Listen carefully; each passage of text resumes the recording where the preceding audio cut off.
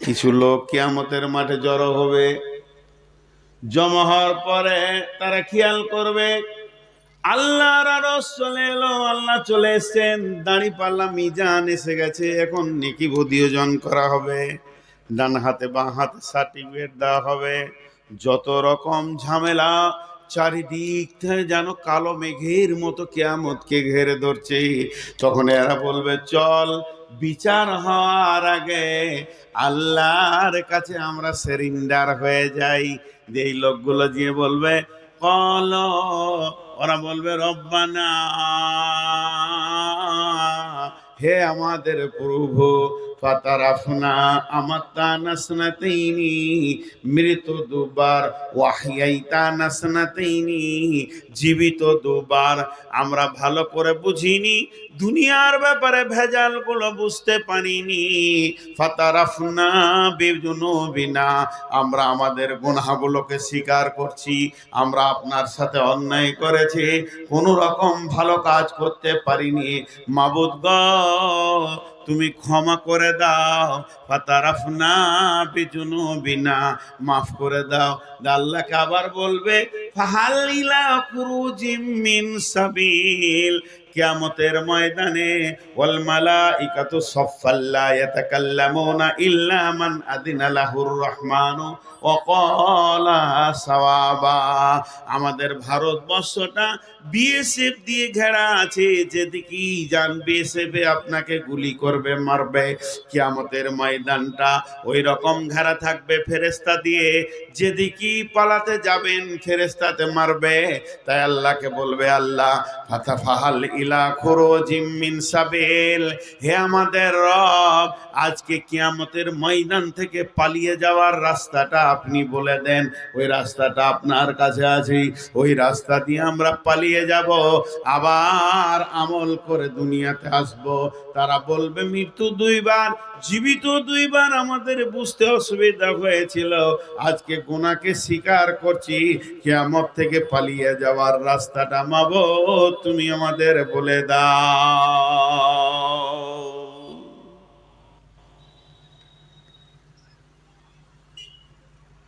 তাহলে বলে দাও তো বলতে পারবে না, কোন দিকে পালাবো আর কোন দিকে যাব বলার ক্ষমতা হবে না, আল্লাহ বলবেন না।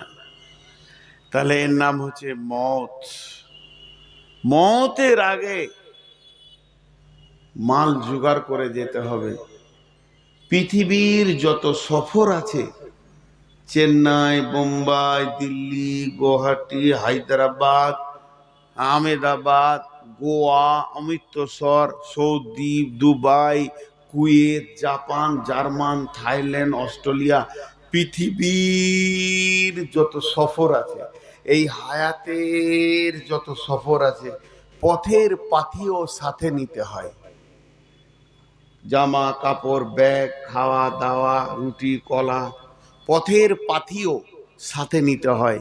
আখেরাতের সফরের পাথিও আগে পৌঁছিয়ে দিতে হয়। আখেরাতের সফরের পাথিও আগে পৌঁছে দিতে হয়। এর নাম মওত। মওতের আগে তুমি যা পৌঁছাবে পৌঁছাও, মরে গেলে আর তোমার দ্বারা পৌঁছানো ক্ষমতা হবে না। ইদা মাতাল ইনসানু ইনকাতা আনহু আমালুহু, মানুষ মরে গেলে আমলের লাইন কেটে যায়। তো মৃত্যু আগে, এবার আমি পর পর এই আয়াতটা 3 বার তর্জমা করব আর তাফসীর করব, 3 রকম করব, 3টে উদাহরণ দিয়ে। জি, সব টাকা ভরে দিয়েছে, একটা 500 টাকা নোট দেন। জি, আমার পকেটে নেই, দেন। আমার এই উদাহরণগুলো একটু মন দিয়ে শুনবেন, দেখবেন আপনি বুঝতে পারবেন যে আমি কি বলতে চাইছি। আমি যখন কিছু জিজ্ঞেস করব, ছোট করে একটা উত্তর দেবেন। এটা হলো, আপনারা দূরে থেকে দেখতে না পারছে, আমি বলে দিচ্ছি, এটা 500 টাকা। ইন্ডিয়ান মুদ্রাস্ফীতিতে একে 500 টাকা বলা হয়। জি, 500, 500, কত টাকা বললাম? 500। এর ভিতরে কে আছে? কে আছে এর ভিতরে? হ্যাঁ হ্যাঁ, ওগুলো ছবি আছে। কিন্তু আমি যেগুলো বলবো আপনারা ঠিক বলবেন, না হলে ভুল বলবেন। শেষকালে যখন জিজ্ঞেস করব, এর ভিতরে 1 টাকা আছে 500টা, 2 টাকা আছে 250টা, 5 টাকা আছে 100টা, 10 টাকা আছে 50টা, 20 টাকা আছে 25টা, এর ভিতরে রয়েছে 50 টাকা রয়েছে 10টা, এর ভিতরে 100 টাকা রয়েছে 5টা।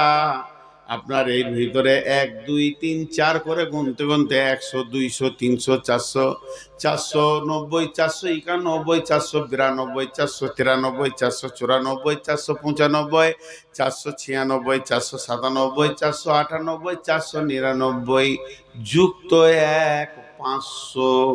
এর ভিতরে 501 টাকা নাই। এই 500টা হলো অঙ্ক। বিজ্ঞানী যে ইঞ্জিনিয়ার এটাকে পেটেন্ট দিয়েছে মুদ্রাস্ফীতিতে, সে বলেছে ওর অঙ্কের শেষটা লিখে দাও, মানুষ বাকিটা বুঝে নেবে। আমি যখন চায়ের দোকানে গেলাম, পুরীর দোকানে গেলাম, চা খেলাম, পুরি খেলাম, দোকানদার বলল ভাইয়া আপনার 150 টাকা হয়েছে, এটা যদি দিই ও আমাকে এই রকমই টাকা রিটার্ন করবে, 350 টাকা আমাকে দিয়ে দেবে। তার মানে আমার 150 টাকা খরচা হয়ে গেল। তো এই যে ভিতরে টাকাগুলো রয়েছে এটার নাম হায়াত, আর 500 যেটা লেখা রয়েছে 500 এটার নাম হলো মত। আর এরপরে আর কিছু ক্ষমতা থাকবে না। আল্লাহ তাবারাক ওয়া তাআলা বলছেন মানব কুল্লে, তুমি ডাক্তার হও, মাস্টার হও, ইঞ্জিনিয়ার হও, তোমার ভিতরে কতগুলো গুণ, মানুষই ডাক্তার, মানুষই মাস্টার, মানুষই ইঞ্জিনিয়ার, মানুষে মৌলানা, মানুষ মুফতি, তুমি যে কোনো হও না কেন, নারী পুরুষ হও না কেন, তোমার শেষ অঙ্কর নাম হচ্ছে মত। মাস্টারকে মরতে হবে, ডাক্তারকে মরতে হবে, নারীকে মরতে হবে, পুরুষকে মরতে হবে, সুস্থকে মরতে হবে, রোগাকে মরতে হবে, পাগলকে মরতে হবে, শিক্ষিত মরবে, মূর্খ মরবে, আপনার কিনা চাকরিজীবী মরবে, শ্রমজীবী মরবে। আমাদের জীবনের শেষ অঙ্কের নাম হচ্ছে মত। এই টাকাটার শেষ অঙ্কের নাম হচ্ছে 500। 500 থেকে 1 আর বাড়ানো যাবে না। আমরা দুনিয়াতে যে ঘুরছি ফিরছি, হায়াতকে ক্ষয় করছি, মতকে ক্ষয় করি নাই। হায়াতটা ক্ষয় করতে করতে যেদিন শেষ হয়ে যাবে, সেদিন মত এসে আমাকে মোলাকাত করবে। 1 সেকেন্ড বাড়ানো যাবে না। আল্লাহ বলছেন ওয়ালি কুল্লি উম্মাতিন আদাল হাত্তা ইদা দা আজালুহা লা ইস্তাখিরুনা সাআতাও ওয়া লা ইস্তাকদিমুন। তুমি যে পৃথিবীর বুকে বিচরণ করা যায়, করো যত ডিগ্রি হাসিল করো, একদিন মতের কোলে ঢলে পড়তে হবে। এই পৃথিবীর সেরা পুরুষ, যার কোনো তুলনা নাই, যার সঙ্গে কারো তুলনা করা যাবে না, আল্লাহর পরে পরে যার স্থান, এই রকম ব্যক্তিটার নাম হচ্ছে নবী মুহাম্মদুর রাসূলুল্লাহ সাল্লাল্লাহু আলাইহি সাল্লামকে একদিন মতের কোলে ঢলে পড়েছে। অতএব আমাদের জিন্দেগিকে আমরা খরচা করতে রয়েছি, যত শ্বাস যাচ্ছে তত খরচা হচ্ছে। এটাকে লোহা দিয়ে কাটা হয়, সেটাকে বলা হয় টেনিস ব্লেড। এটাকে তাই যদি টানা হয় কড়কড় কড়কড় কড়কড় কড়কড় কড়কড় করে পেতে দে, ক্ষীণ হয়ে যাবে, শেষকেলে কেটে যাবে। এটাকেও কাটা হবে। রেল লাইন কাটা হয়, করত দিয়ে বাঁশ কাটা হয়, করত দিয়ে কাঠ কাটা হয়, খড়খড় করকর করতে করতে ক্ষীণ হয়ে কেটে চলে যাবে। কিন্তু আমার রব আমাদের জিন্দেগি নামে যে কাঠটা আছে, জিন্দেগি নামে কাঠে একটা করত লাগিয়ে দিয়েছে। করত চলতি রয়েছে, কিন্তু আমাদের কোনো খেয়াল নাই। একজন বিজ্ঞানী বলছেন, বড় দার্শনিক বলছেন, তুমি হায়াতটাকে তুমি নিজেই কাটছো, প্রতিদিন কাটতে রয়েছ। বন্ধু, তুমি এখনো পর্যন্ত খেয়াল করছো না, তোমার নাকটা হলো করত।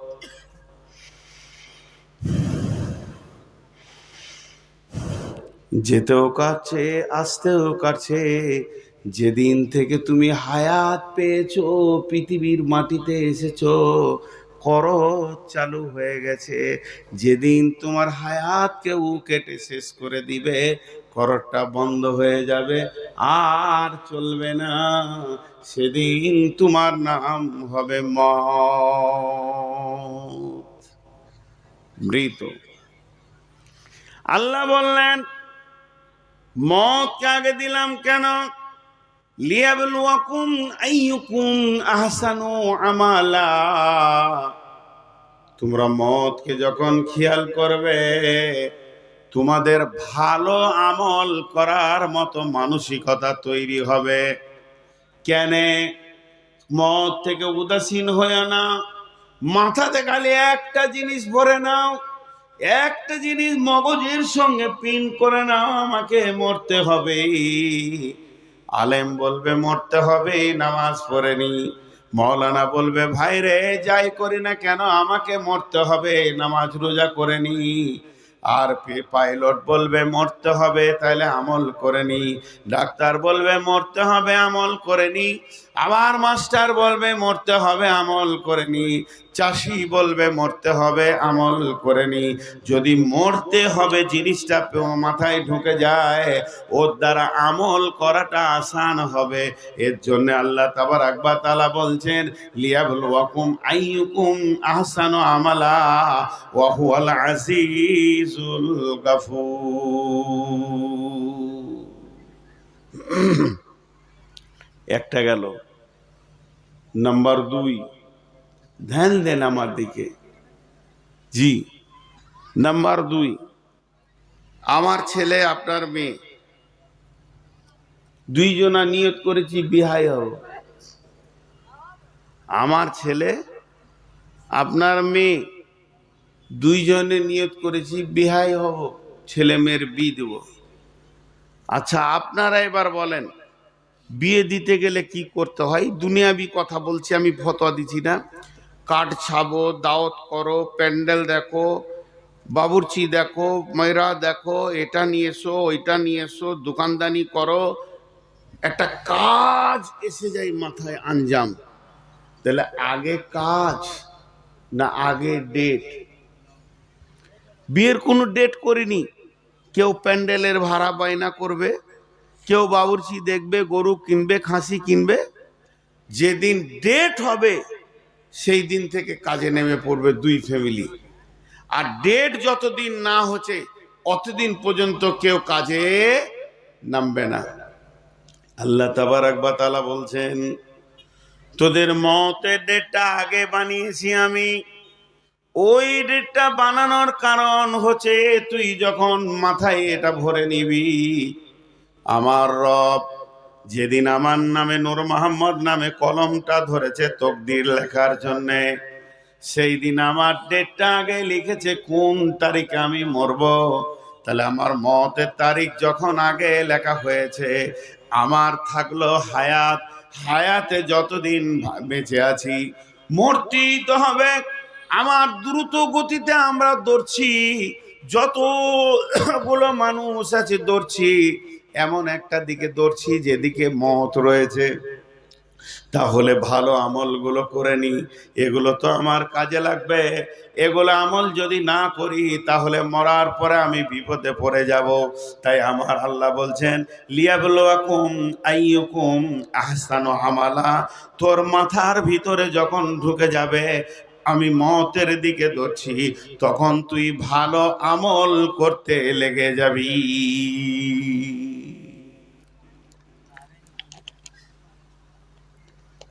জি, আমরা যতগুলো মানুষ আছি সবাই দৌড়ছি, কেউ বসে নাই। কার দিকে দৌড়ছি? মওতের দিকে দৌড়ছি। আমি গোটা দেশের কথা বলছি না, এখানে যটা নারী পুরুষ বসে আছি এই লোক কটার কথা বলছি, বাকি কটা বাদ দেন, সবারই কথা বাদ দেন।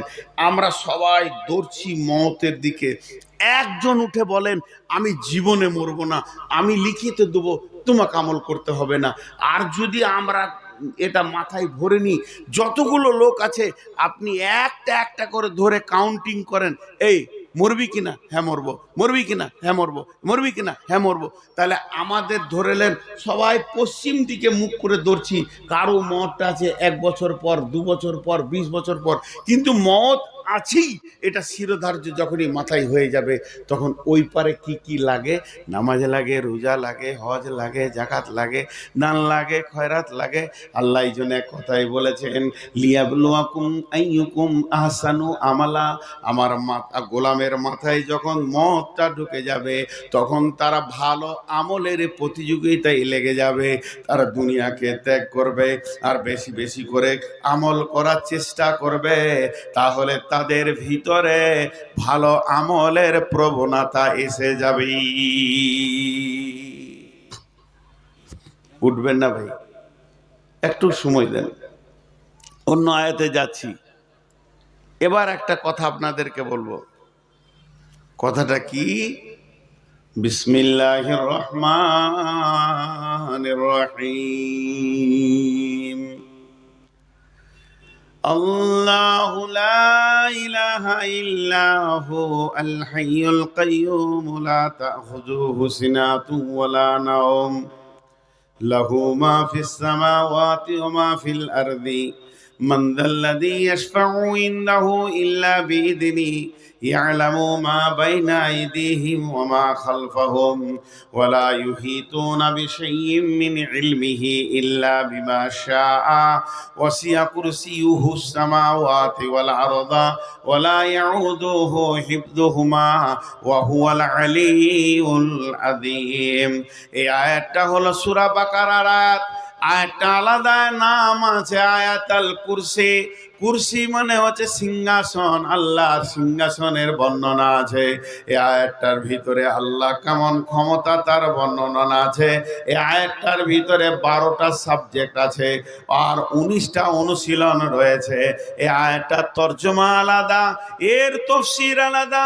তবে মওতের ক্ষেত্রে আয়াতটা পড়লাম কেন?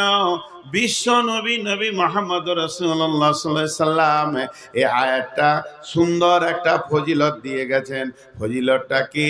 এই আয়াতটা যে প্রতিদিন 5 বার পড়বে কিংবা 7 বার পড়বে, 5 বার পড়বে কিংবা 7 বার পড়বে, 5 বার পড়লেও হবে, 7 বার পড়লেও হবে। সময়টা কখন? ফরজ নামাজের সালাম ফিরার পর, সুন্নতের আগে। ফরজ নামাজের সালাম ফিরার পর 5 ওয়াক্তে সুন্নতের আগে এই আয়াতটা যে পড়বে, ওই লোকটার ফজিলত কি, ওই লোকটার সম্মান কতটা বাড়বে। এই আয়াতটা ওই লোকটাকে কতটা সম্মানী করে দিবে। ওই লোকটা আল্লাহর কাছাকাছি মানুষ হয়ে যাবে। ও আর আল্লাহ, আল্লাহ আরো বেশি দূরে নয়। আল্লাহ তো আলেমুল গায়েব আলিমুম বিজাতিস সুদূর। তাই আল্লাহ ওকে দেখতে পেয়েছে কিন্তু আল্লাহকে দেখতে পেয়েছে না। মধ্যখানে একটা পর্দা রয়েছে। পর্দাটা যেদিন ফেটে যাবে, ছিঁড়ে যাবে, উড়ে যাবে, ওই লোকটা নিজের চোখে আল্লাহকে দেখবে। এই আয়াতটা পড়লে আল্লাহর এত কাছে চলে গেছে, শুধুমাত্র একটা পর্দাতে আটকিয়ে রেখেছে। আর সাহাবীরা প্রশ্ন করলেন, ইয়া রাসূলুল্লাহ, ওই পর্দাটা কি বা কোথায় বা কেন কেন আটকে দিল? আয়াতুল কুরসি পড়ার পরও আমি আল্লাহকে দেখতে পেছি না। বিশ্বনবী বললেন, ওটা পর্দা মানে হচ্ছে ওর নাম মত, ওর নাম মত। ওই লোকটা যখন মরবে সঙ্গে সঙ্গে আল্লাহকে দেখবে। তাহলে মত হলো একটা পর্দা, মত হলো একটা পর্দা। পর্দা উঠে গেলে আল্লাহকে দেখবে। তার মানে বিশ্ব নবী বলছেন, আয়াতুল কুরসির যদি কারো আমল এরকম থেকে থাকে, যেদিন তার মত হবে সেদিন আল্লাহর সঙ্গে মোলাকাত ঘটবে। জি, আল্লাহর সঙ্গে মোলাকাত ঘটবে। কত সুন্দর কথা। কিন্তু একটা কথা আমার মাঝে বলবো, 2-5 মিনিট বলবো, শুনে মজা লাগবে। আপনাদের এই ভাটল এলাকায় মানুষ মরে, শুনতে পাইনি। এই আর কতক্ষণ সময় লাগবে তোমার? হাসছো? এই ভাটল এলাকায় মানুষ মরে, একটু জোরে বলেন। ভয় লাগছে নাকি? মত মরে? জি না, মানুষ কোনোদিন মরে না। মানুষ কোনোদিন মরে না। এইটা প্রমাণ করব এখন 5-7 মিনিট। সব আছে, আপনার দাদা নানা মা বাপ ভাই বোন আত্মীয় স্বজন যাদেরকে আপনি বলছেন মরে গেছে, ওরা সব আছে, মরেনি। লালন ফকির কি বলছে? লালন ফকির কে বলে মানুষ মরে, আমি বুঝলাম না ব্যাপার, মরলে মানুষ বিচার হবে কার, কে বলে মানুষ মরে, কে বলে মানুষ মরে, আমি বুঝলাম না ব্যাপার, মরলে মানুষ বিচার হবে কার। জি, নদীতে জোয়ার আসে যাই ভাটিতে আবার ফিরে, জোয়ার ভাটার খেলা রে ভাই দেহের মাঝারে, কে বলে মানুষ মরে। আব্দুল্লাহ